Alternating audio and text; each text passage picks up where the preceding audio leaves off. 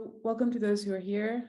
Also, we're live streaming, so those watching us on YouTube, Facebook, or Twitter, and even Clubhouse. Welcome. My name is Rana. I'm a PhD student in the School of Law here at SOAS, University of London. I also work as a policy research assistant for ICOP.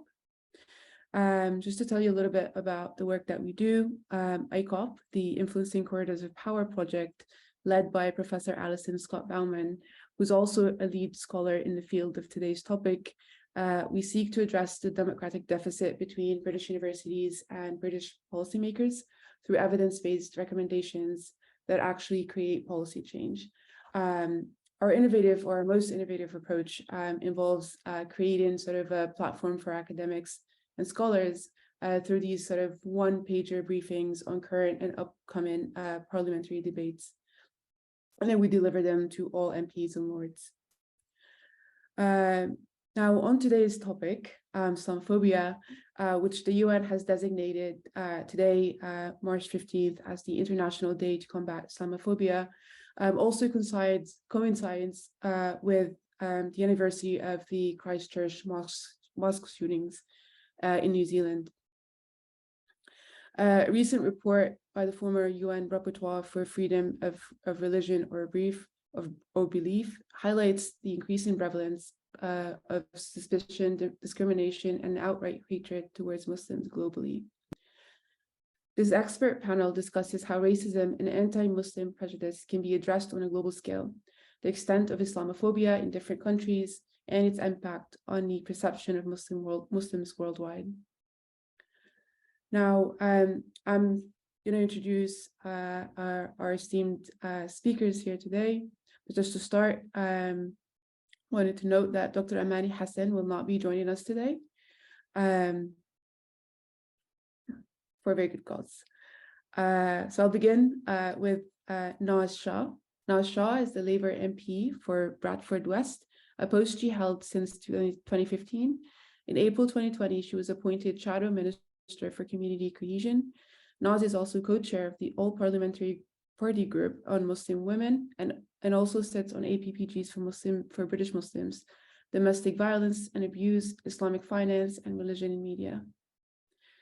Further, we have Anas Tanweer, who is an advocate on record for the Supreme Court of India and founder-director of the Indian Civil Liberties Union. Through the ICLU, he works to protect constitutional values and the rights and freedoms of citizens in India. And it also supports legal aid projects to ensure affordable legal costs for those on lower incomes. Rahima Mahmood is a singer, translator, and human rights activist. She is the UK director for the Uyghur Congress, an international umbrella organization promoting Uyghur human rights, and is the executive director of Uyghur Stop, a UK-based campaign to defend Uyghurs and other Turkic Muslims in China. Further, we have Mohammed Hassan, who is an award-winning New Zealand journalist, author, and screenwriter. He is the author of How to Be a Bad Muslim, published by Penguin Press. He's also the creator of the 2016 podcast series Public Enemy and the creator of the comedy series Miles from Nowhere, which is premiering on Sky in 2023. And then we have Shaheed Amanullah, who is an entrepreneur, former diplomat, and founder of multiple technology ventures focusing on Muslim life in the West, as well as serving as technology advisor in President Obama's administration, as well as creating Zabiha, the world's first global halal restaurant guide.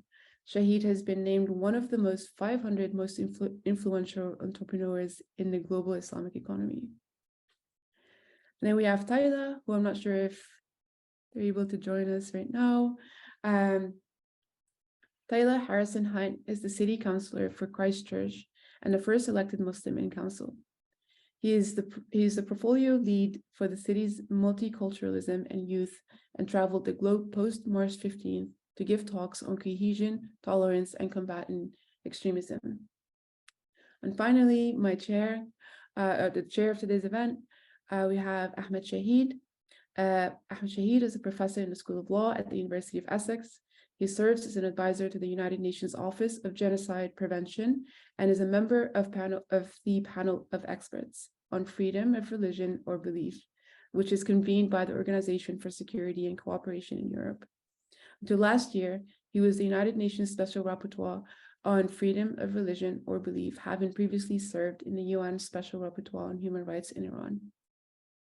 Without further ado, please join me in welcoming the esteemed panel. Professor Shaheed, I'll hand it over to you. Thank you, Rana. Thank you so much. Assalamu alaikum. Good morning, good afternoon, and good evening to all our distinguished panelists and participants joining us from around the world. It is a privilege and honor to join and moderate our discussion today to mark the first International Day to Combat Islamophobia. I would like to thank the Influencing the Corridors of Power team at SOAS for organizing this webinar and for inviting me to join. Before I turn to our eminent panelists, let me take a moment to pay my respects to the memory of all those who were killed 4 years ago in Christchurch, New Zealand on 15 March, and reiterate my solidarity to all survivors of the attacks and their loved ones. Today, we honor the memory of all those who have been killed for their faith or belief around the world and recommit ourselves to combat all forms of prejudice, bigotry, and hate. I also want to pay tribute to the resilience of the affected communities in New Zealand and renew inspiration and hope from the exemplary manner in which so many in New Zealand and elsewhere too responded to the grief of those who were affected.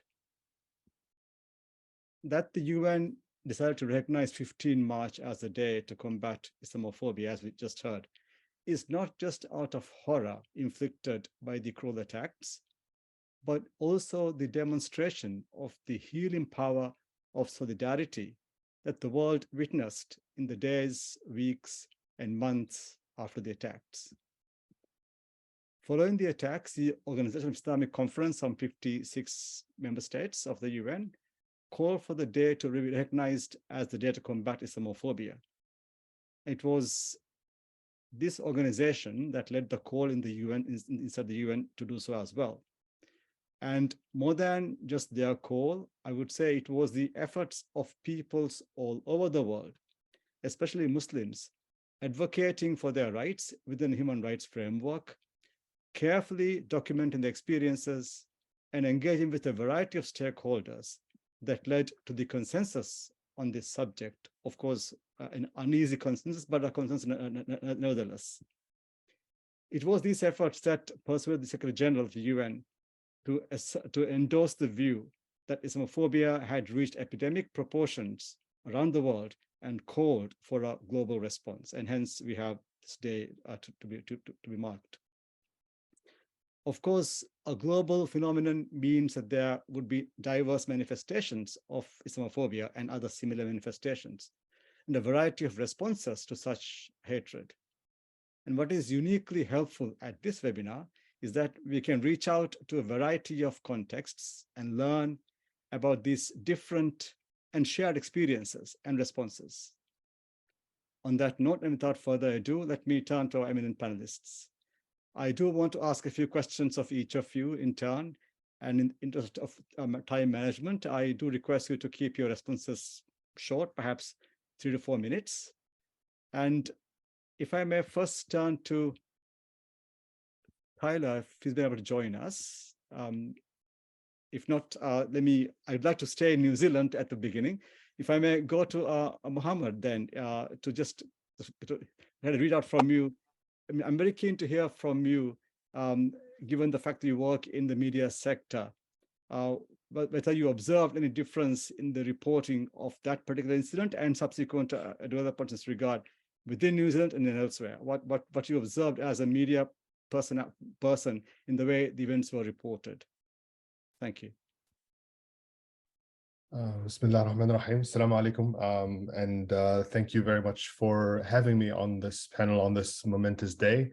I would hopefully, we are joined by Tyler, and he can speak as a Christchurch native about the attacks themselves. But I do just want to begin by saying, as on the 4th anniversary of the Christchurch attacks, it is a continual reminder of what the realities of Islamophobia have become in our current world and our current climate. It was for many people around the world the first real and vivid instance of Islamophobia that they have seen, and it was something that shook and really resounded with Muslims all around the world. But of course, for all of us who are Muslim or have lived in Muslim communities and backgrounds, we understand that Islamophobia has been this slow and continual build over the last at least 2 decades. And it was something that's, for a lot of people, there was a real fear that what happened in Christchurch 4 years ago was something that was somewhat inevitable, because of the climate of fear and suspicion, because of the negativity that we were accustomed to in the media. It was one of the reasons that drove me personally to become a journalist, to enter into the field myself, because I was raised, I was 11 years old when the September 11 attacks happened, and I saw the impact that it had. I saw the way that people from my community and from Muslim communities around the world were talked about in an offhand manner that became normalized very quickly, that in many ways is still normalized today. And we see that happening not only in Western countries, but we see that same language being carried out by regimes across the world, in India, in China, in Myanmar. And we have seen how much this kind of language, if not challenged in the media, and it hasn't been challenged over the last 2 decades, the kind of real and horrific impacts that it can have. And I think today, of all days, could be a beginning to hold ourselves accountable as Muslims, but also as an international community, about what Islamophobia is, affirming that it is something that is real and that exists and it impacts people's lives, and holding ourselves accountable to what we're going to do about it. Thank you very much. I mean, the discursive element is something we need to come back later on as well. But with Parliament now Shah on the call, I'm very keen to ask. Welcome to the show. I'm very keen to ask you.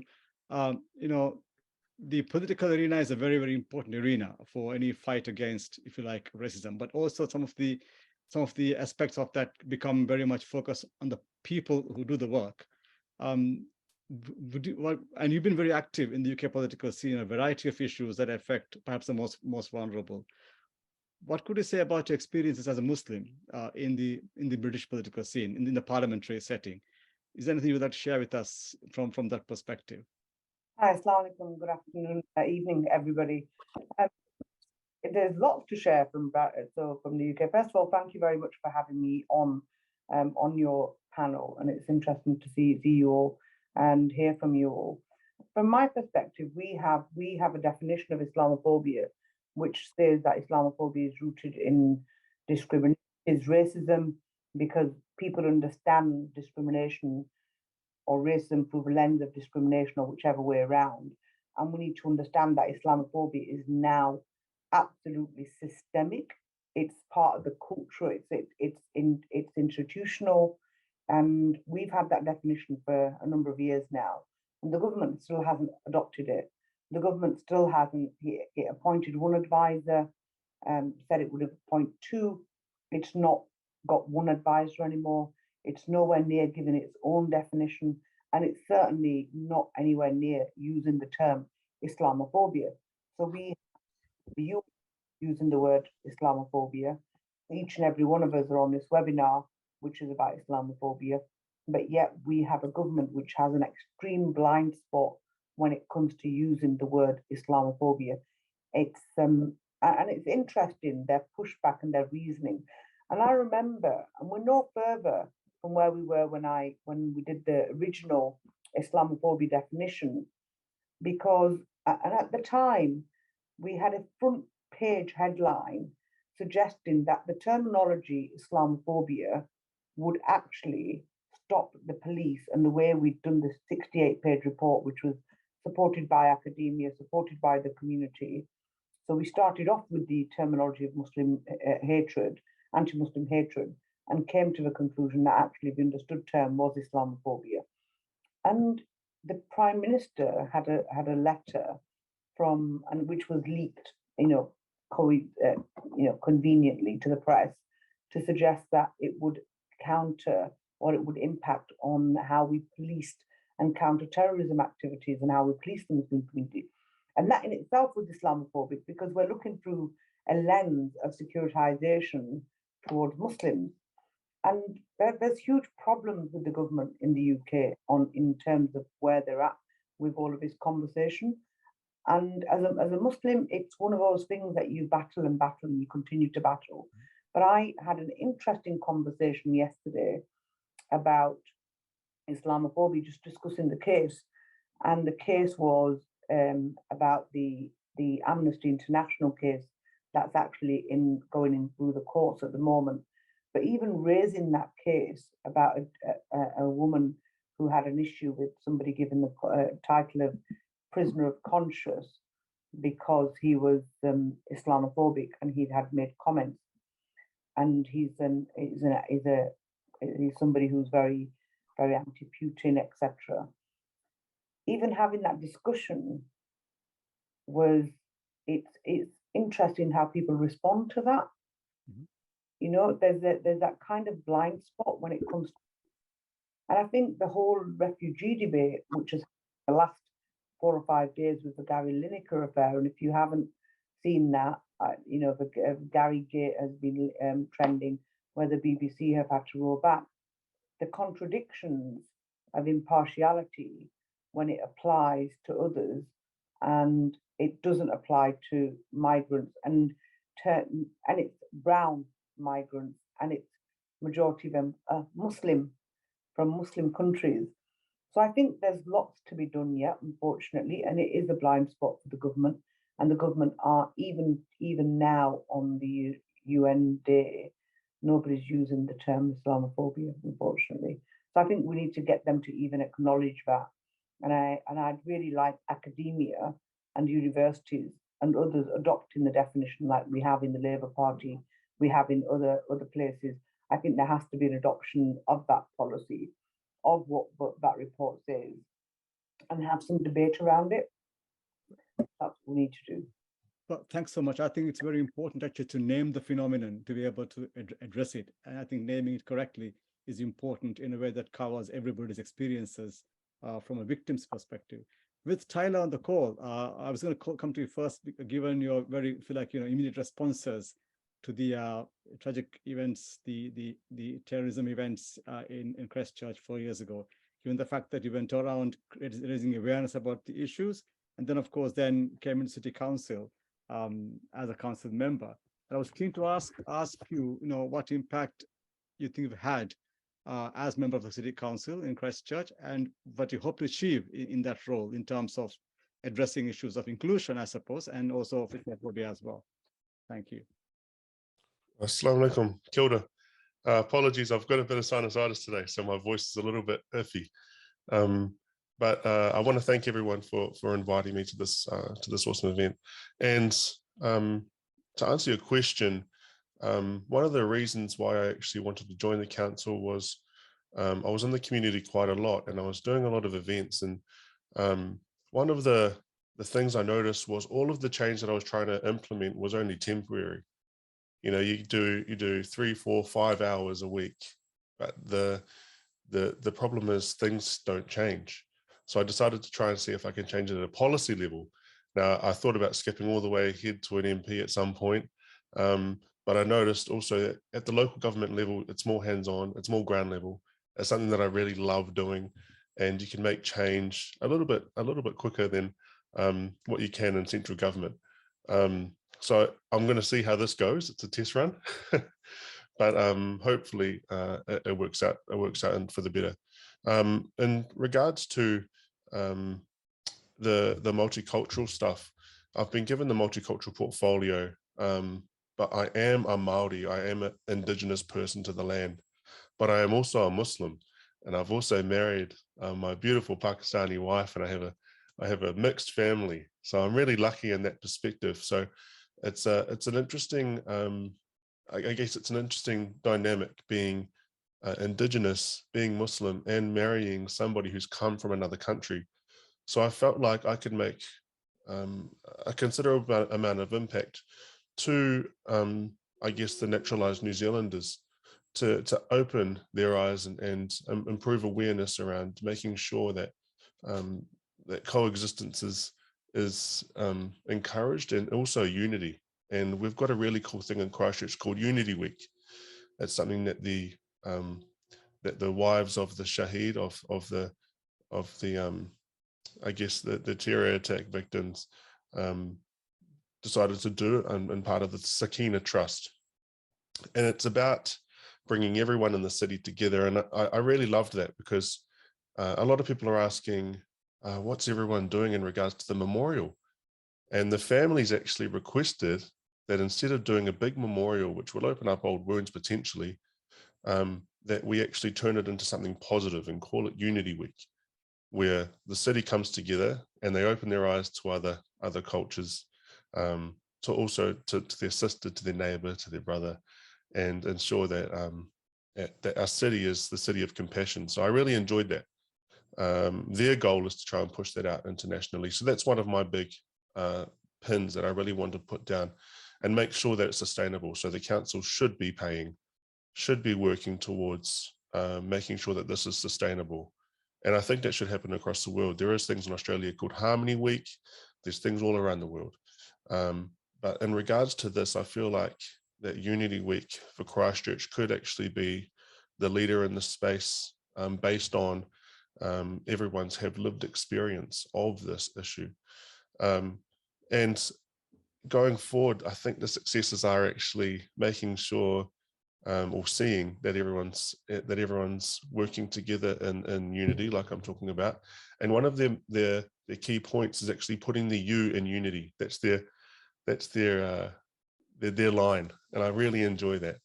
So to put it into a big, I guess to make it more clear, for me, winning as a city councillor and as a Muslim and as a person of the city, I think that the wins will come from seeing the immeasurables, seeing how our neighbor treats one another, seeing how we smile at each other, seeing how we help each other off the street if somebody has a blown tire. It's something that's immeasurable. But I know that people love to see measurables, but for me, that's not how I do things. Well, thank you so much. There's so much in there to unpack. And I think, when it comes to talking about what do we do next or good practice, there's so much I think we can learn from what you just outlined there. The Unity Week idea is a fantastic idea, in terms of getting people together to stand up for each other. That's, I think, what really will get us out of the divisiveness that racism tries to impose upon us. Let me now cross over to one country which has been very much in my reports to the UN Rapporteur in regard to discrimination and tolerance, especially in regard to Islamophobia, India. We're joined by Anas. As a lawyer, we just heard about what can be done at the city council level, early in the parliamentary level, what is in fact difficult as well. But as a lawyer, what would you say are the challenges that you face as a Muslim lawyer in the work that you do? Thank you. Bismillahirrahmanirrahim. Assalamu alaikum.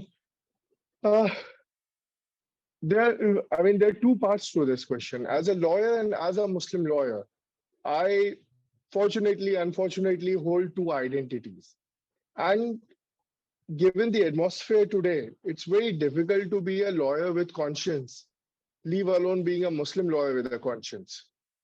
So there are times when it is very difficult to, motivate oneself to wear that uniform, wear that gown and band and go to court, because obviously there's a lot of hopelessness around. It's not that, we don't have enough laws, or it's not that the courts are not vigilant, perhaps not vigilant enough, but still vigilant. They still try to impart, give a semblance of justice. But given that the attack on our identity, the magnitude of the attack on our identity is so huge that any effort by judiciary or any effort through law is it's not enough. We need more. And the judicial system is such, or rather the whole idea of secularism in India is such that people are still ashamed, or not just ashamed, they're conservative to even mention Muslims. We are mentioned as minorities, and there's a attempt to, find a middle path. So, for example, like there is a hate speech matter that is ongoing in Supreme Court. There are a bunch of matters that have been clubbed together, and the Supreme Court has appointed me along with 2 other lawyers as to assist the court in these matters. And I have observed this, that from good judges, the judges with conscience, the judges from whom you expect that they will impart justice, are reluctant to take a side. And I understand that judges have to be impartial, but impartiality or neutrality in the light of, when attacked with fascism, it's you are being part of fascism. You're not being neutral in that sense. You need to, and such is the constitutional mechanism that the majority, it's a duty incumbent upon the majority in India to protect the minorities. And the only way it can be done when there's a majoritarian government that has supported those who attack our identity, our persons, our existence, our survival. The only way that it can be protected is through judiciary. And I'm not very happy saying this, but the judiciary needs to do a lot more than it is doing today, especially the Supreme Court, and more than Supreme Court, the lower judiciary. I will, when we move forward with this session, I will tell that the court has done enough, that the court has done something, but it's not enough. And the execution is zero on ground. And that is what led us to me actually to start this organization, Indian Civil Liberty Union, because we can have 1,000, theories, we can have guidelines from the court, but when it's not implemented on ground, where people are being killed, Muslims are essentially poor in India. They are not as well off. They are not very well educated. They are vulnerable. And if those guidelines, if those theories are not implemented on ground, they are useless to us. So yes, it is very difficult to keep oneself motivated to get up in the morning and go to court and knock the doors of justice. Well, thank you.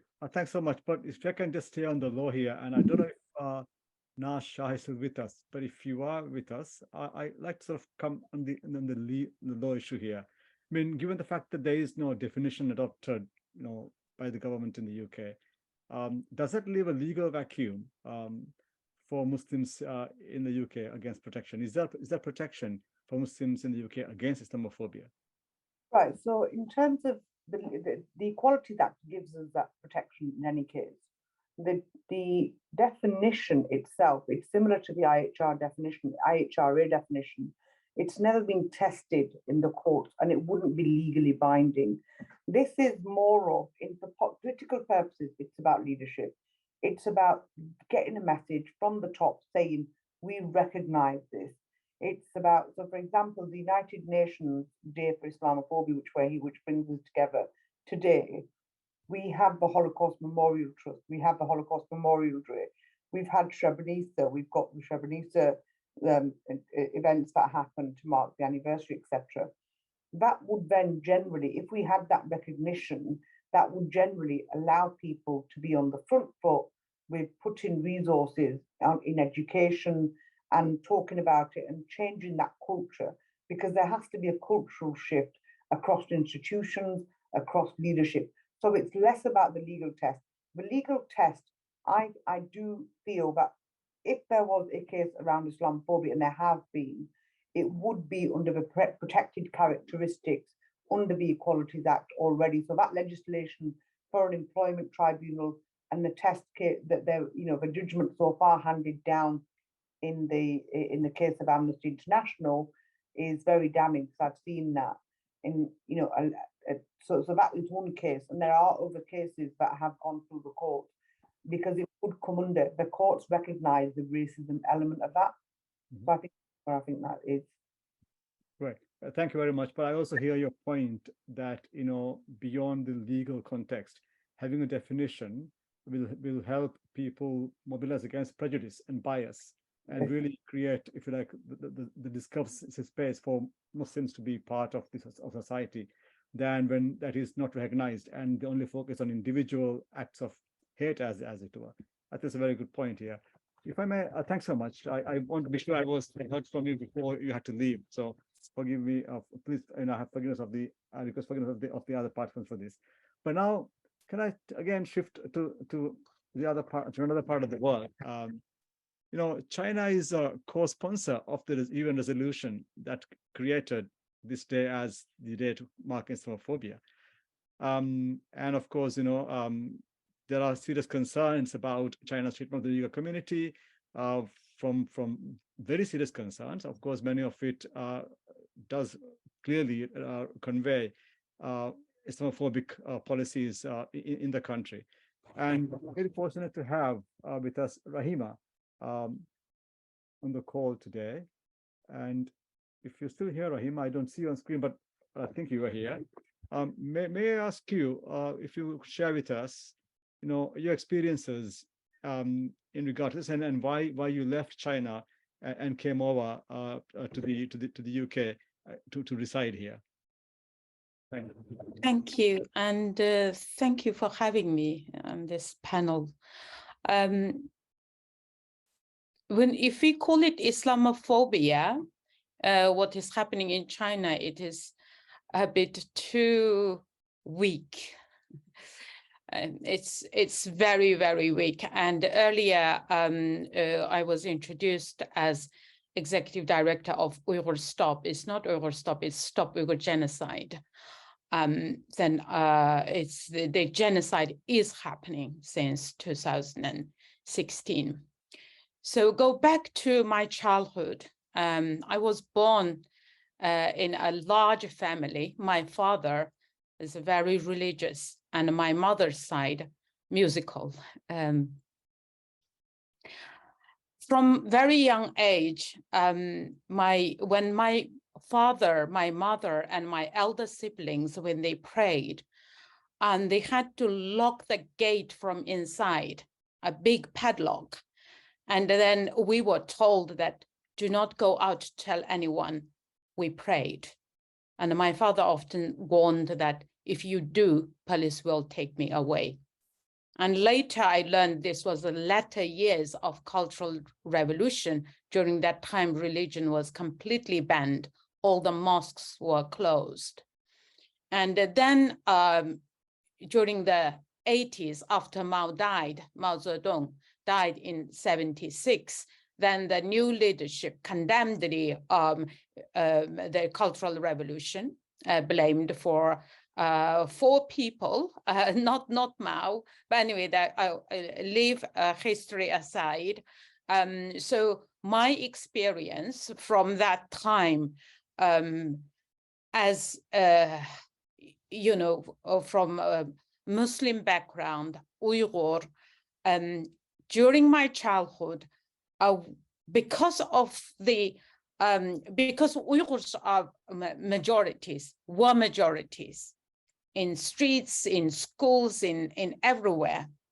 So it was much easy to still continue, you know,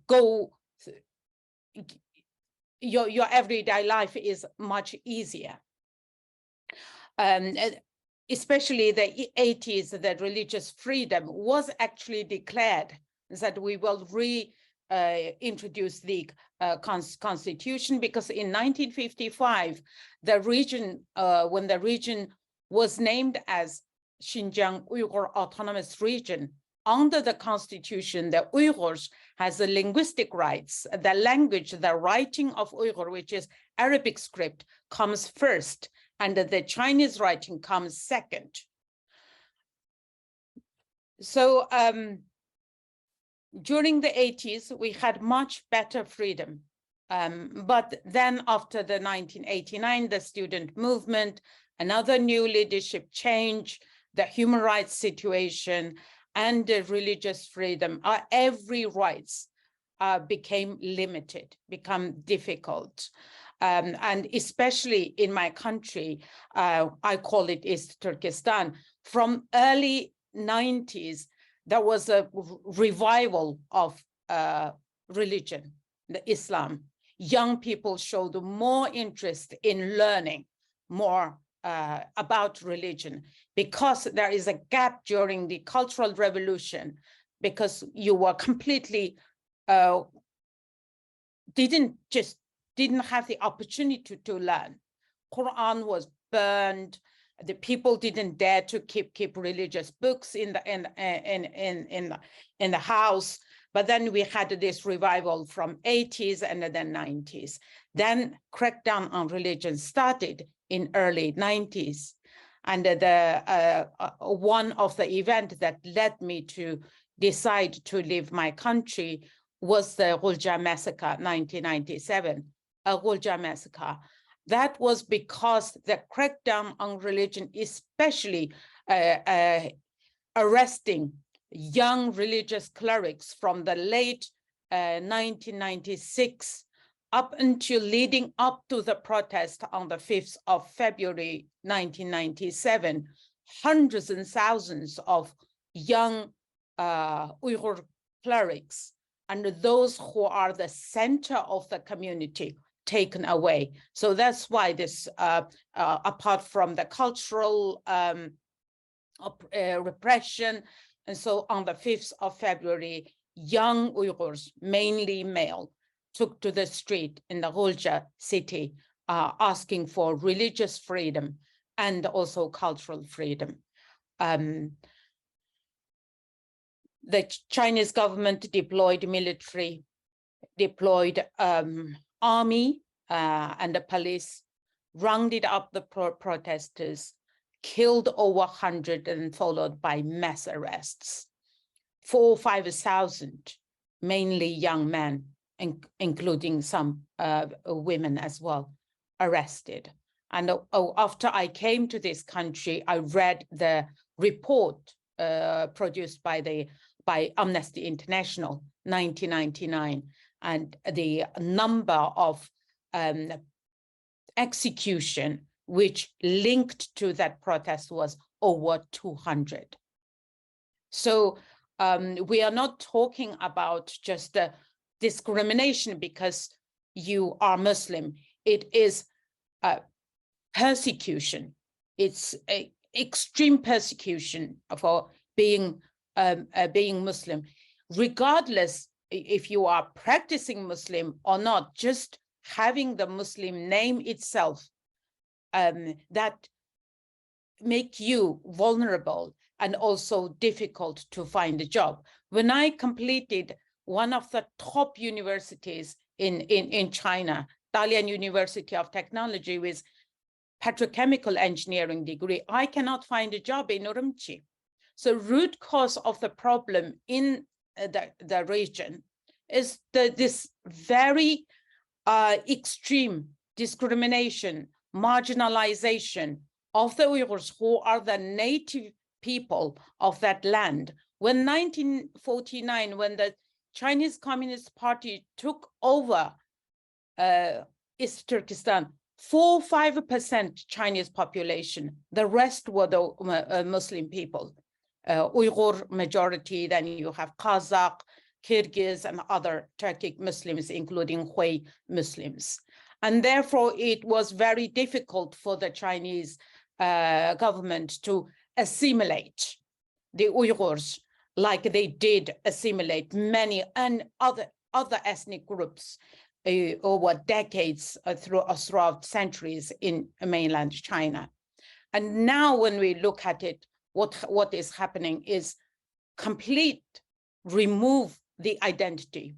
Either you become Han, so we can leave you alone, or we will take you to the camps, the so-called re-education camps, so you denounce your language, your religion, your culture, and forced to marry Han Chinese. The reason there is not intermarriages for decades, for centuries, because of the Muslim faith. apart from the cultural, linguistic differences. But the Islam itself guarded that. So the Chinese government believe it is the Islam, it is the belief that these people has that preventing them from intermarriages. So that's one of the reasons. Also, the burning of Quran. And I'm sure you must have read reports of what they have been doing. But one thing I just find it extremely difficult to understand. We all believe that we need to believe and also defend our religion. I didn't see outcry, international outcry from the Muslim brothers and sisters. I know there are people being very, very outspoken, but there is no mass movement on, opposing China for burning Quran, for forcing women to marry Chinese, for gang raping, and for so many crimes that they have been, and it is happening today. No, thanks very much. Actually, you're absolutely right. It's at a very high threshold of persecution, and there is ample evidence that at least the evidence we have should trigger the obligation of other state parties on the Genocide Convention, especially with regard to the demographics, the effect through the interference women's ability to give birth to Muslim families. So there is ample evidence, I think, to do that. And that's because of the securitization lens through which I think China is looking at the Muslim community. That brings me to Shaheed. A lot of the recent spike in Islamophobia, anti-Muslim activity, and so on and so forth, is traced back to the 9/11 and subsequent war on terror. And given your insights into US administrations, how would you say that different US administrations have viewed Islamophobia and have responded to the challenge? Well, that's a great question. And I think it's very easy to look at administrations and say this one was amenable to Muslims and this one was anti-Muslim. And the same goes for governments all over the world. One of the things I learned being in the administration is that governments are comprised of multiple different agencies and people and facets. And rather than think of an administration as being anti-Muslim or pro-Muslim, it's best to think of them as collections of people, some of whom are bad, some of whom are good. I think there are 5 kinds of government policies towards Muslims that we should internalize and use as a lens to look at every single government. The first is what I call productive inclusion, meaning that they're inclusive of Muslims and Muslim viewpoints in the proper way, so not securitized. So for example, like in this administration, in the Biden administration, the person who's responsible for reviving the economy after COVID is a Muslim woman. They're not doing Muslim things, but they're in the mainstream responsibilities. I call that productive inclusion. Then you have counterproductive inclusion, which means there's a government that has a policy of really wanting to do good by Muslims, but they either wittingly or unwittingly putting them into that securitized lens. So, for example, the Obama administration is a little worse on this than the Biden administration. The third is what I just called neutrality. They really don't care one way or another. They're distracted by other things, and we are kind of left to fend for ourselves and not either get government help or to fight the government because it's doing something against us. The next is what I call incompetent exclusion. So these are entities, whether it's the president or an agency or whatever, that have a bias against Muslims, but they're too incompetent to really carry it out. And I put President Trump in this category, frankly, where even if they have this kind of viewpoint, they're really not able to carry it through to the end. And then the worst of all these is what I call malevolent exclusion. They both hate Muslims and they're smart enough to implement policies and empower actors to actually make that happen. Thankfully, in the US, I don't think we've gotten to that point. I think the closest we got was the incompetent exclusion. And remember, Administrations can have some of votes. I'll just refer to the Trump administration. I think it was predominantly the last two, but for some twist of fate, the ambassador for religious freedom that was appointed, who used to be frankly Islamophobic when he was governor of Kansas, actually became one of our biggest allies. Really started pushing the Uyghur issue. Really started pushing on Burma. Really started pushing on India, like forcefully. And that's because he had a staff of Muslims who were there and who really got him to change his minds on some things. The other thing that we have to look at is why is that happening? There are multiple factors that create those government structures that are in one of those 5 categories. The first is basically the threat landscape. It's very easy to see Islamophobic actors in the wake of something like 9/11 or 7/7, right? Because they see an opportunity. They see when you're down and out, that's when they want to punch you. And so those were opportunities for them to do so. For example, right now, the threat environment in America has shifted to white supremacy. So even some of the counterproductive things they were doing, they're not doing anymore because their eyesight is focused on that. The second factor that I think we really need to keep in mind is the ally landscape.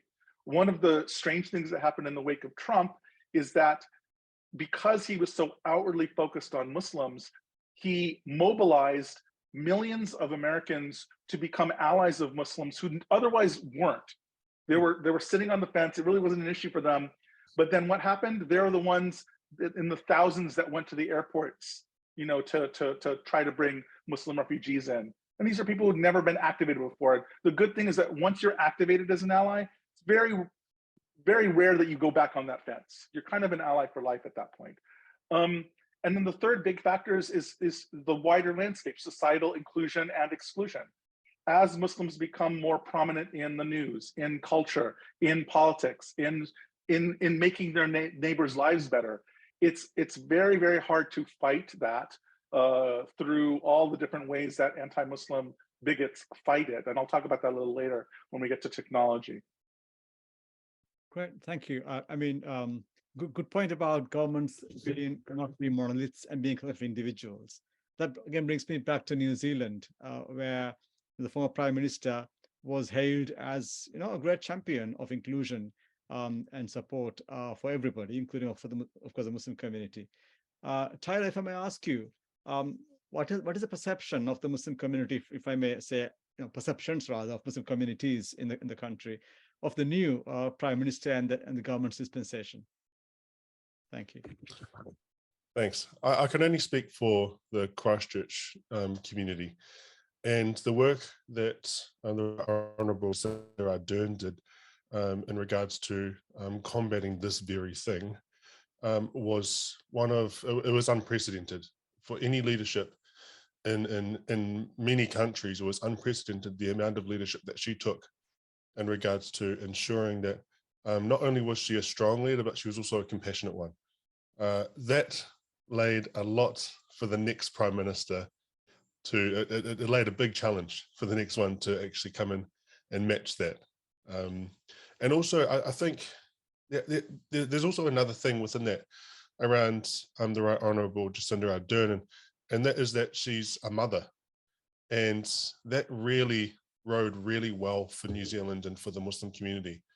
Chris Hipkins is the new Prime Minister for the Labour government, and he's a great guy. He's a good friend of Jacinda, and he's also a very, very kind man. He had a lot of portfolios prior to this. He was the Minister for Education, Minister for the Police, Minister for COVID. He was doing quite a lot of things. So he was ready to go. As soon as he got asked and got given the challenge, he was ready to go. I think being an election year, it's very difficult for them to put through such progressive policies, which Jacinda put in prior to leaving. There were a lot of policies around climate change, but in particular in regards to this webinar, they actually pulled the pin on something that was very close to the Christchurch community's heart, and that was reforming hate speech law. And that was the inclusion of religion into the hate speech law. And that didn't ride very well our community, I'll be honest. And essentially in the political landscape, I think what they're trying to do, what the Labour government are trying to do, is trying to keep their power in New Zealand, and they were slowly dwindling away. And you probably noticed that there was a lot of international love for our Prime Minister, but in New Zealand internally, there was actually there was a lot of hate actually from the far right movement for Jacinda because of how progressive she was. And that was around the lockdown and around COVID-19. So she didn't really get to heal from that.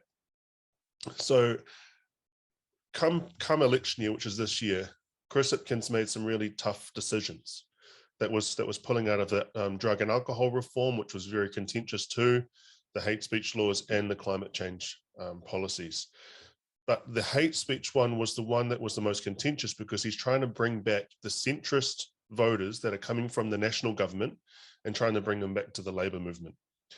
That is tactical in a political landscape, but it is detrimental to our communities all across New Zealand. And for someone who leads, for example, the Paris Accord and the Christchurch call, I think for me, that would have been the #1 policy to push so that can go worldwide to set a precedent. And I think I'm just reminding everyone here that New Zealand is in a really particular position where they can set that precedent based on, one, their Western position, being an ally to America, to Australia, and to many European countries that actually don't have the, I don't know what to say without being crass, but don't have the bravery, there we go, the bravery to be able to push for these policies. So in conclusion, Prime Minister Hipkins is seen as a good guy, ready to go, but the Labour government definitely are under the microscope on both sides of the spectrum. And it was extremely disappointing to see that they backed out of that hate speech reform. And I can actually say that many in the Muslim community were very, very disappointed in that. Well, thank you for sharing that with us. I hope there's something that can be done by all of us, meaning the world community, to help you along. All of us, I suppose, help each other along as we move forward. We are almost not talking about solutions or what can be done next. And we got some of our participants doing some exciting work, through unconventional means, I suppose, well, not so unconventional for the work you do, such as the, mass media work and so on. So we have Mohammed, you're doing a comedy series, different from what you've been doing earlier as a podcast. And can you tell us about the concept you're working on and why it's important to have this TV show as you proposing to do? Thank you. Thank you. And first of all, kia ora Tyler for that. And it's lovely to have a fellow New Zealander on the call. Back in 2016, I worked on a podcast series called Public Enemy, and that was examining the way that policy and counterterrorism have impacted Muslim communities, not only in New Zealand, but in Australia and in the United States specifically. And the things that I heard from Muslim communities across the board is just how much their daily lives, their ability to see themselves, their ability to interact as citizens, their ability to prosper as communities, and to create cohesive connections between those communities was really hindered by the fact that there were policies that were being passed that impact different aspects of their lives.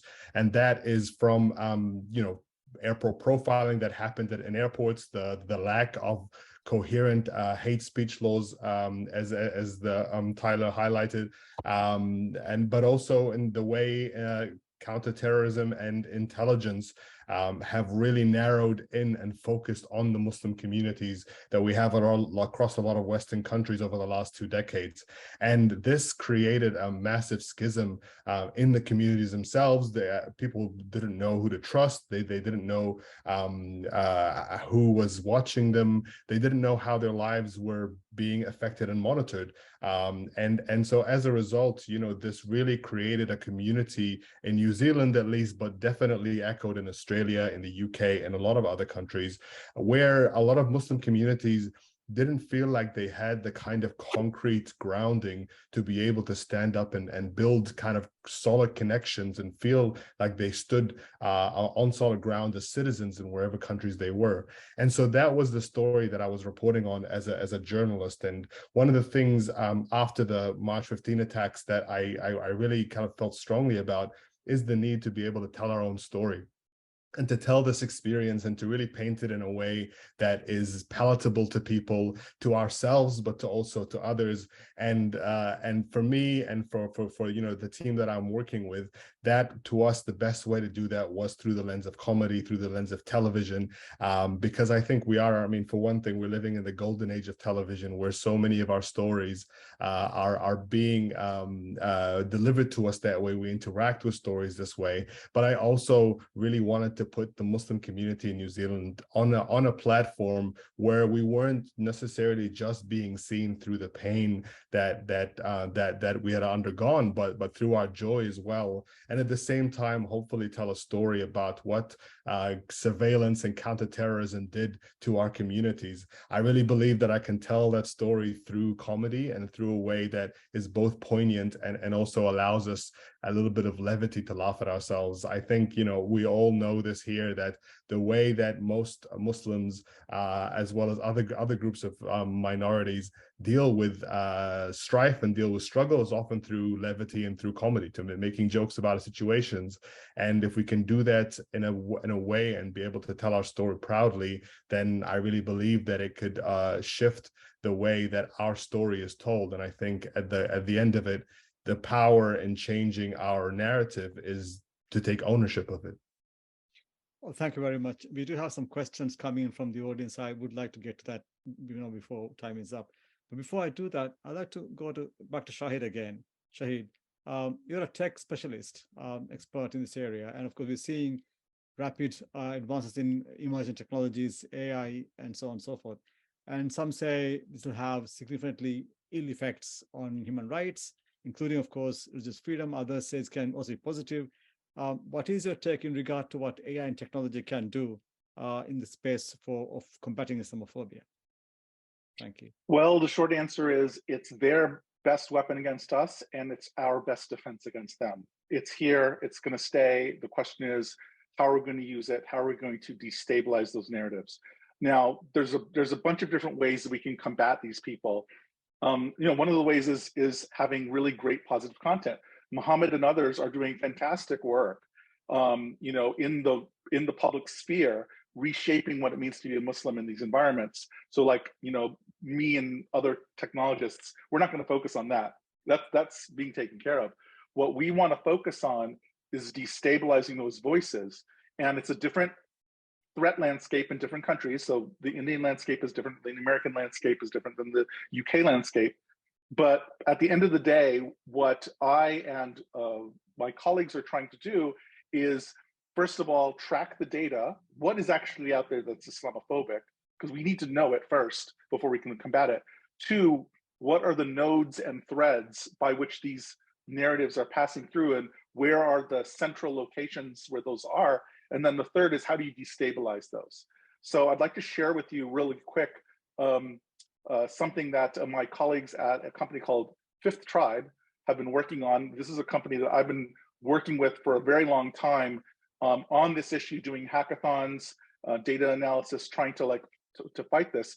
This is a very simple scraping of just Twitter and identifying the trends with specific hashtags that people are using it over time. Now, this is actually, and you can actually download the whole data set. There's been 1 million tweets recovered, but this is just the beginning of it, because what's happening is that the people who are pushing Islamophobic narratives online are becoming more sophisticated. They're not using these obvious hashtags. They're coaching it in clever ways to avoid censorship. They're being more creative in the use of AI to create imagery that either inflames Muslims, because then they can trigger us that way, or inflames people who could be anti-Muslim or not. So this is what we're up against. And of course, with the advent of generative AI, this is becoming much more prevalent. So for example, putting an image out of Muslims doing bad things can inflame people against us, or even putting out images that inflame Muslims. So what are we doing collectively?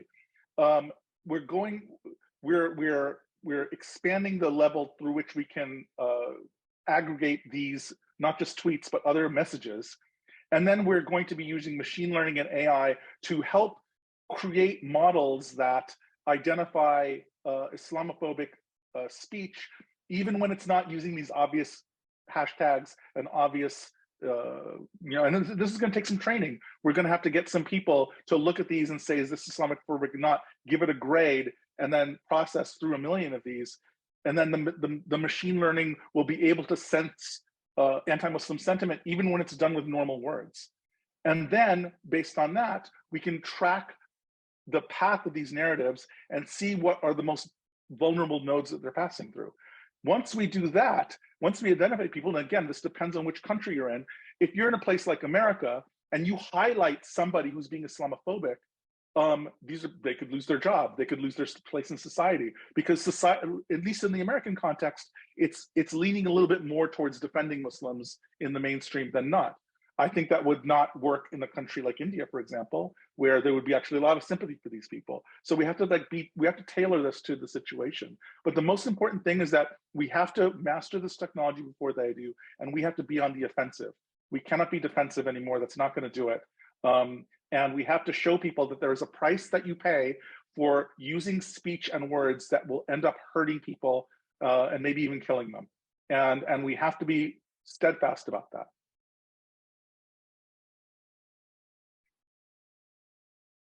Thank you very much for that, Shaheed. It's very, very important to actually, watch this space and be able to use this space as well in regard to how we use the opportunities that are out there to combat anti-Muslim hatred. I will at the end ask all of you to suggest 1 or 2 things that can be used to combat but I do want to go to a couple of questions that have come from the audience. One is, we have seen the outcry to defend Lineker when BBC took action against him when he tweeted his views about the illegal immigration bill. Yet what about the BBC's broadcast of the World Cup in Qatar? That's a question that's been put to us by one of the members of the audience. Does anyone want to take that up? Anyone familiar with the UK context? Yeah, I mean, I would just say that I think during the World Cup, there was a real climate of criticism. A lot of it, I think, was justified, but I think in the ways that it was done and just how prevalent it was, in the idea that the BBC decided, for example, not to air the opening ceremony of the World Cup for the first time ever, despite airing the one in Russia just a couple of years earlier. I think a lot of people in the Muslim world really felt that there was a certain level of double standard. And what we saw happened throughout the World Cup was the response from people almost unanimously in supporting the positive aspects of the World Cup, but also the narrative that they wanted to push forward is that, I mean, speaking as an Arab, that there was a very, very strong sentiment that this was an Arab World Cup. This was a World Cup that that promoted the Palestinian plight. And this was something that was so prevalent online that it altered their narrative.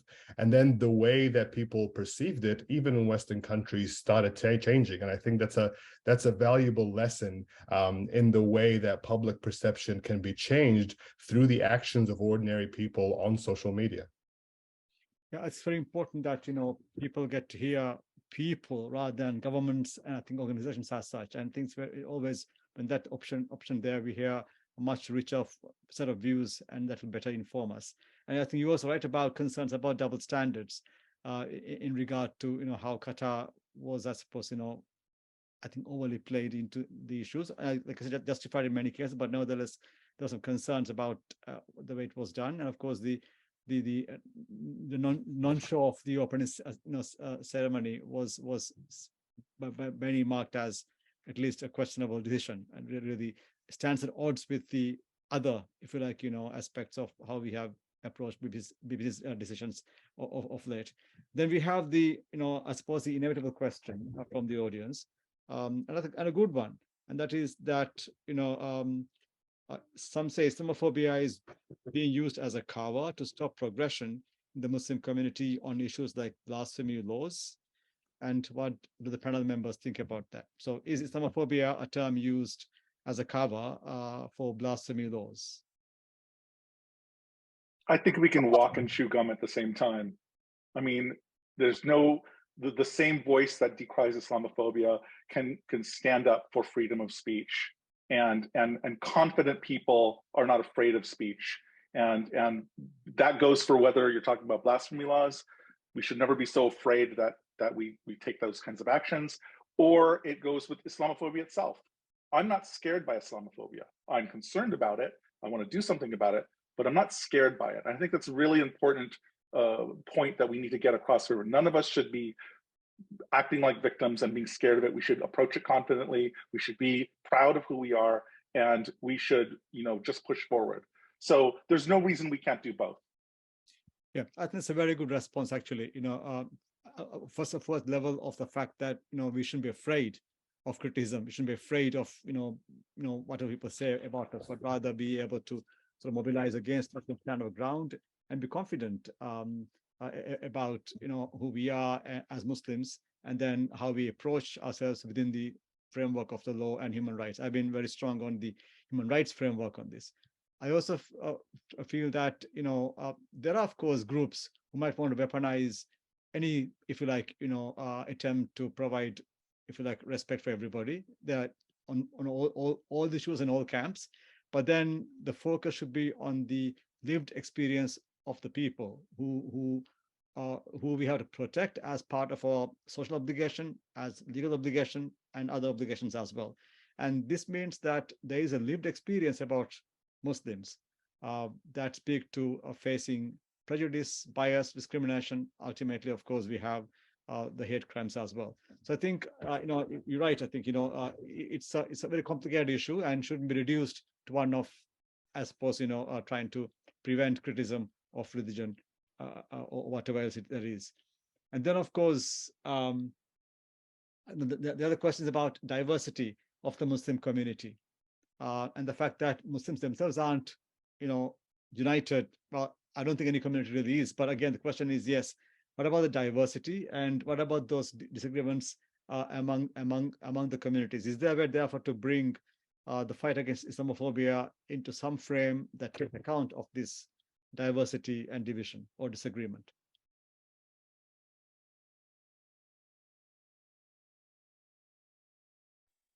If I may, no, please. Right, Rahima, you want to have a go at that, if I may? Yes. Okay. I think it's all down to the tolerance and the understanding. I think we need to educate people about, respecting the difference, the different form of belief. Even if you are Muslim, then we have so many. I mean, until I came to the UK and I really read about stories of like different sects. I didn't know, because from what I know as Muslim, we're just one faith. But I think the problem is even now is within the Uyghur community, and we have some Uyghurs accepted different form of Islam, and within that we are having problems. They're calling that people like me and not Muslim, not qualified Muslim, because I don't cover my hair and all that. I think this is extremely important within ourselves.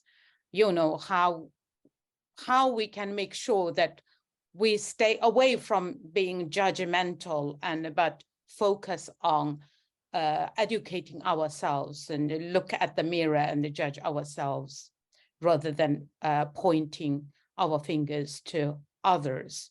And I think that is very important. And for example, from my experience, my son studied here, and they studied all different religions and their tolerance. Yes, we do have a lot of problems, but having those education opened up, his views, and also how we should respect other religions and interface, and to make sure that we bring happiness to to our life rather than division. Right. Thank you very much. I also have Anas and Tyler who may want to respond. Anas, do you want to have a go at that? Before I respond to that, I heard Rahima earlier also, and my heart goes out to her community. I knew about the magnitude of the genocide that they are facing, but what I heard today has shaken all my mind. If anything that I can do in my capacity as a lawyer or anything, please do reach out. And secondly, to respond to that, in I think South Asia, the diversity among Muslims in South Asia, it being the most diverse, even in the uniformity of being, Muslims. And I think we'll have to come down to the only thing that is uniform to us. That is the kalma, that the belief in Allah, the belief in the Prophet. And at the same level, there should be the belief that no one should be at least, persecuted or killed.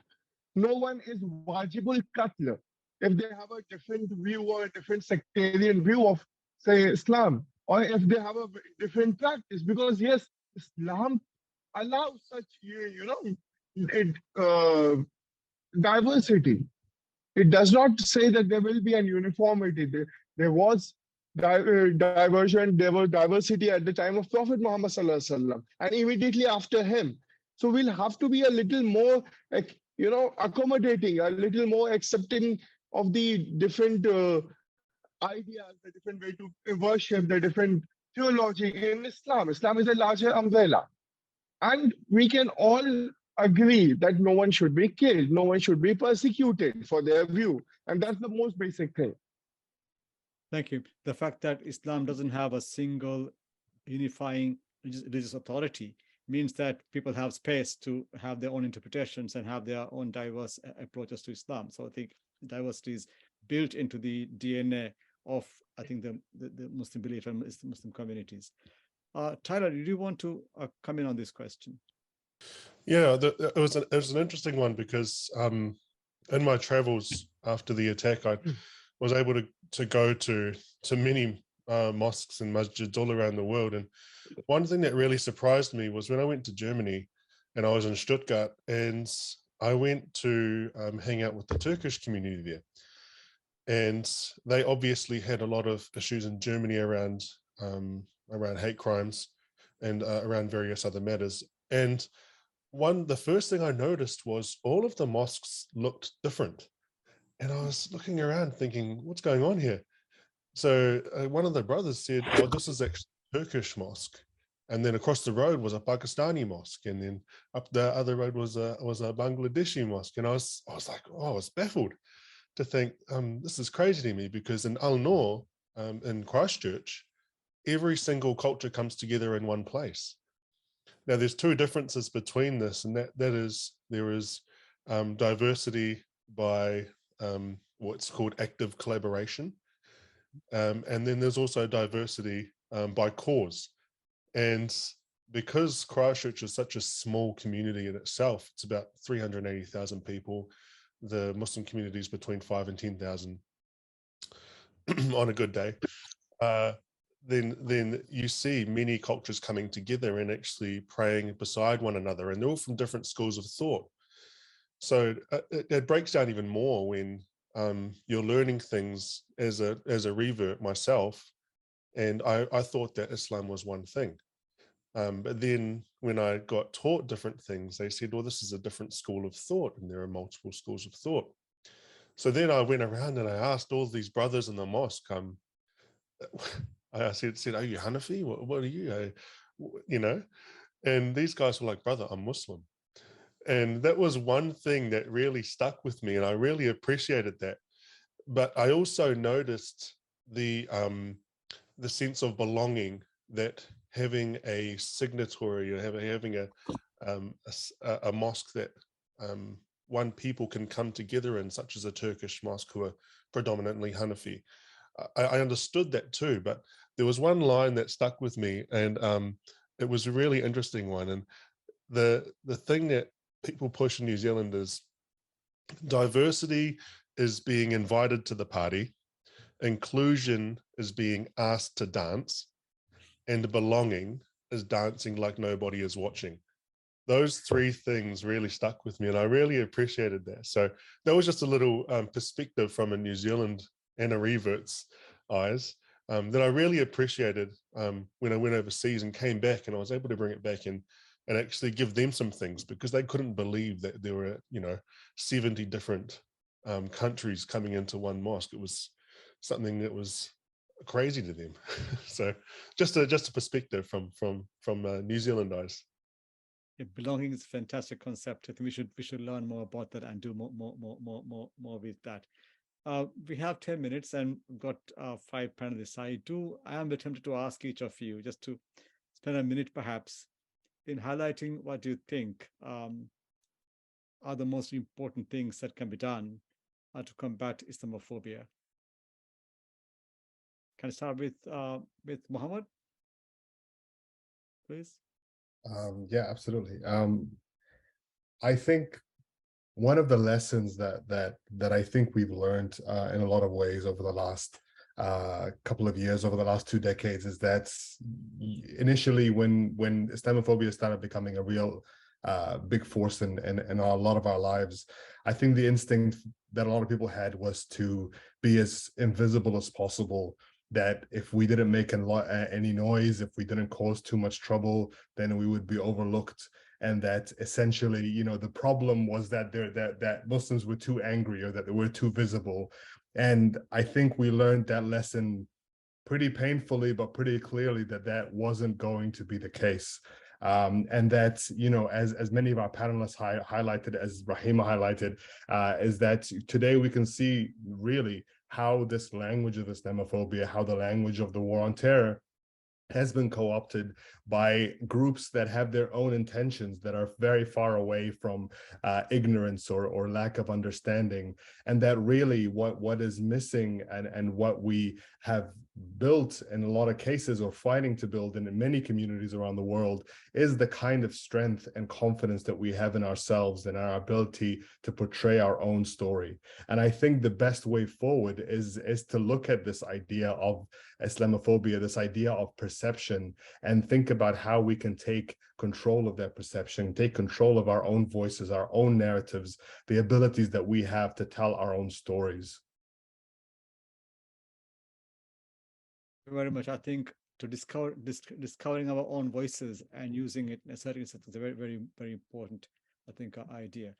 May I ask Shaheed to go next, please? Sure. And I want to highlight that this panel here represents what I think is that hope. There are Muslim communities in the world that are privileged, that are on what I hope is the other end of the Islamophobic wave. And there are groups of Muslims around the world who are still in it, or for whom the wave is about to crash on them. And by making meaningful connections like this, we can share the privilege that some groups of people have with those that need it. And so I think the one thing that I would ask people to do is recognize your privilege in this global war on Muslims. Recognize where your privilege is. And then if you've conquered something, how can you take that energy or that experience and then help others with it? Don't just think, oh, well, we're good now, so I don't have to worry.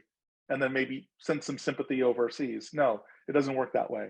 If something metastasizes in India or China or another place, it will come back to us even if we think we're okay now, because it is a transnational global phenomenon. They borrow from each other. You know, the Christchurch shooter had verses on his gun from all his heroes around the world. They're all connected. So we have to be just as connected. Thank you. I think a very useful message there about networking and being able to work together. Rahima, can I solicit your thoughts on what can be done, not just in your own situation, but of course that's important, and that I want to hear that as well, but more broadly also. Thank you. Yeah, I think unity is extremely important. We don't just dwell on our own problems, but unite and support.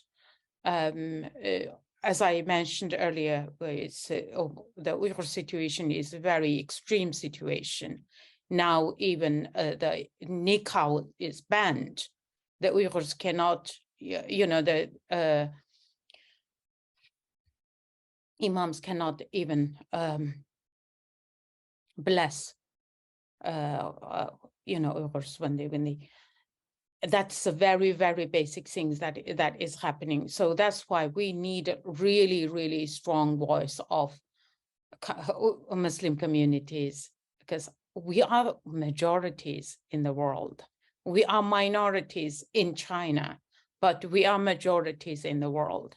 And therefore, regardless, you know, how our governments, the Muslim countries are behaving, but people should be brave to support and to really unite. And I think only then we will see a real difference on what is happening, all the atrocities in the world. Great. Thank you very much. Anas, can I go to you next, please? First of all, I wanted to say what Shaheed said. We need to be network more. If you know the pattern of violence follows from one nation to another, we also need to have that kind of unity where we can communicate and where we can network. And the second, I have a thought which might be termed a little radical, but Islamophobia should be treated at par with anti-Semitism. It's high time that there's a definition of Islamophobia. It's high time that the Muslims are accorded a protected identity. And it's high time that we are at par with anti-Semitism. Because if you cannot say anything bad about Jews or without it being termed as, anti-Semitic, the same protection should be given to Muslims all over the world. We are a global minority. We may be majority in some nations, but we are a global minority. And our voices, especially the international voices, should not, only come together when let's say the Prophet's name is besmirched, but also when there's a violence, when there's lynching in India, when there are hate speeches all around the world against Muslims. We need that protected identity, and we need it legislated internationally and nationally at the municipal level as well. And a global anti-discrimination law is what I believe is very much required now. I think, I restrict myself to the legislative and the legal solutions, but these are the something that is very much doable. That we have with the lobbying that we have, it's very much doable. Thanks very much. I think it's very important that we speak across the board, that all of us have equal dignity, deserve equal respect, and therefore frame our, if you like, demands on that basis, that we all have equal moral worth. Tyler, before time runs out, I want to hear from you as well, please. It's something that I've pondered quite a lot since 2019, and there were two things that came under it. One of them was creating allies and creating sustainable relationships with Muslims and non-Muslims to walk alongside each other to continue to fight against any hate speech or crime. And number two is around trying to change it through policy and legislation by ensuring that it's bolstered, that it is actually legislative to ensure that hate speech isn't allowed. Now, that's a gray area. Everyone knows it's a gray area, but freedom of speech has become extremely contentious in New Zealand. The term free speech, it's got a negative term to it in New Zealand now. So I think working with those two things, changing it through legislation and providing allies with Muslims and non-Muslims, including the media, having media allies is really important for us to ensure that we continue to provide a positive lens to Islam and a positive lens to everything that we do in our communities. Well, thank you so much. I did promise to end at 8, but I've been told, if with your indulgence, I could go over because we've got questions coming in. There's one for you, Rahima, in chat, which you might want to reply in chat or answer live. The question to Rahima is that how to handle the hate as a veiled Muslim woman in this Islamophobic world. In other words, how do Muslim women who wear the veil face Islamophobia, and how to handle that? Do you have any thoughts on that? Well, that's a very good and big question for me. All this hate that I experienced, when I was in China, the way that I handled is to being tough. Just don't give away my right, and don't victimize myself. I try to fight back with, whatever I can. So maybe other panelists here, you might have a better answer to that question. Great. No, thanks so much. Simply because it was directed to you, I thought I'd raise that with you. But I have one last question to put to panelists. I think then we'll call it a day here. And that's about how are counter-extremism programs that target Muslims impacting free speech and thought amongst Muslims? In other words, how does the securitization and the counter-terrorism measures impact the ability of Muslims to express themselves and think freely as well? I think we can have a couple of responses. Well, I think no intelligent person can look at the last 10, 20 years of securitization of Muslims and think that it has in any way made anyone safer. And I think that the more clever we are about how we interact with these, because there's a lot of well-meaning people that try to do this, and they can be talked down from that. And I saw this a lot within government. A lot of very well-meaning people thought, hey, good Muslims can be our allies against bad Muslims. That's a horrible framing, right? And that didn't just turn to let's empower Muslims to speak for themselves. Okay, that's a little better, but it's still within this umbrella. And now, we pull it out completely. So I think we can, again, be confident about this, be knowledgeable about it, and start to coax our allies out of that rut that they may have gotten themselves into, because it's just very obvious that it hasn't worked. Great. Thank you. Does anyone else want to add to that? Yeah, I think Shaheed, you made this point earlier, but I think that the mistake that we can all make is thinking that things can't revert and get worse even after they get better. And I think, I'm speaking to you from the UK now, where there is a host of very far right, borderline draconian anti-immigration bills that are being passed through, many perceive as anti-Muslim bills. We're seeing the same thing happening in France.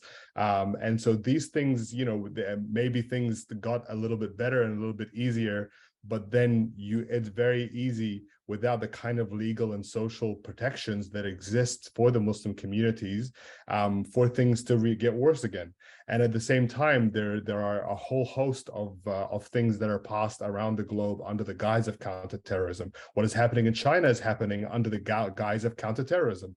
And so it's also very easy for any country. You look at the Middle East, you look at a lot of different countries in that region that are using the language of terrorism, the language of counterterrorism, almost copying it word for word from the way Western countries adopted it to implement exactly the kind of policies that they want to implement. And so without being really intelligent about how we identify and oppose it from a legal perspective, from a social perspective, from a media perspective, we leave ourselves susceptible to it happening again. Well, thank you very much. I think we could be here all Well night put. to discuss this. Sorry, did anyone want to add to this? Well, yeah, talking about the legislation itself, I mean, I think it's really hard for the average community to read the fine print until it's actually already implemented, and it's really hard to back out of that. So one of the things that we need to try and do is actually empower our own communities to actually step up and read the fine print as elected members, and putting Muslim people into our Muslim community into these positions of power to ensure that their voice is actually heard is exactly the reason why I ran. So it's really important that everyone around the world actually looks at that. And I know it's harder for a lot of countries to be able to do that. And again, I go back to finding allies around legislation and finding the right MPs to be able to push that. There's some really good MPs in New Zealand that are actually doing a lot of the work around that. But again, the bravery is missing. So in order for us to be able to find that bravery, we need to get our own. We need to help our own, support our own, and make sure that they are able to get on these legislative changes if our countries are unwilling to do that themselves. Well, thank you very much. I think we had a very rich discussion here, covering a variety of perspectives, ways of doing things, levels of working or areas of working. And in all of these things, I think you brought in some very useful insights that will really good food for thought and follow-up action as well. And I really look forward to being able to, pick on many of these threads and see how we can develop that in terms of the networking, some of you mentioned, in terms of the use of technology you mentioned, working with legislation, working with politicians in the discursive space, in the media, and so on and so forth. And also the importance of, discovering the community's own voices, self-empowerment, empowering others, supporting each other, solidarity. And of course, I should also add that it should go across communities, not just within Muslims, but across communities, across states, transnational in the most multi-stakeholder, multicultural, multi-religious fashion. So we have the unity idea that I think Tyler was speaking about at the beginning. So we have very rich, I think, discussion here, and I look forward to benefiting from all of that thoughts you shared with us. But I want to thank you all for having come on tonight. Some of you are very early morning, some very late in the night, and some, of course, at different other times. I really appreciate you sharing the time with us. And of course, to our hosts at SOAS for bringing us together and giving us this time, and of course, supporting us in this endeavor. I wish you all and all watching us or joining us or watching us soon, happy Ramadan and of course, peace and love. Thank you very much. Thank you everyone for tuning in. Thank you, Professor Shaheed, for chairing. Thank you to our expertise and scholars who have shed different light and gave us a little bit of hope on how to deal with Islamophobia, institutionalized or otherwise. Thank you for Sanjana, actually most and for all, for setting this up and for doing the heavy load. So have a good night, everyone. And if you're interested, follow us on Twitter at SOASICOP and keep an eye out for the recording. Have a good night, everyone. Good morning, good afternoon. Take care.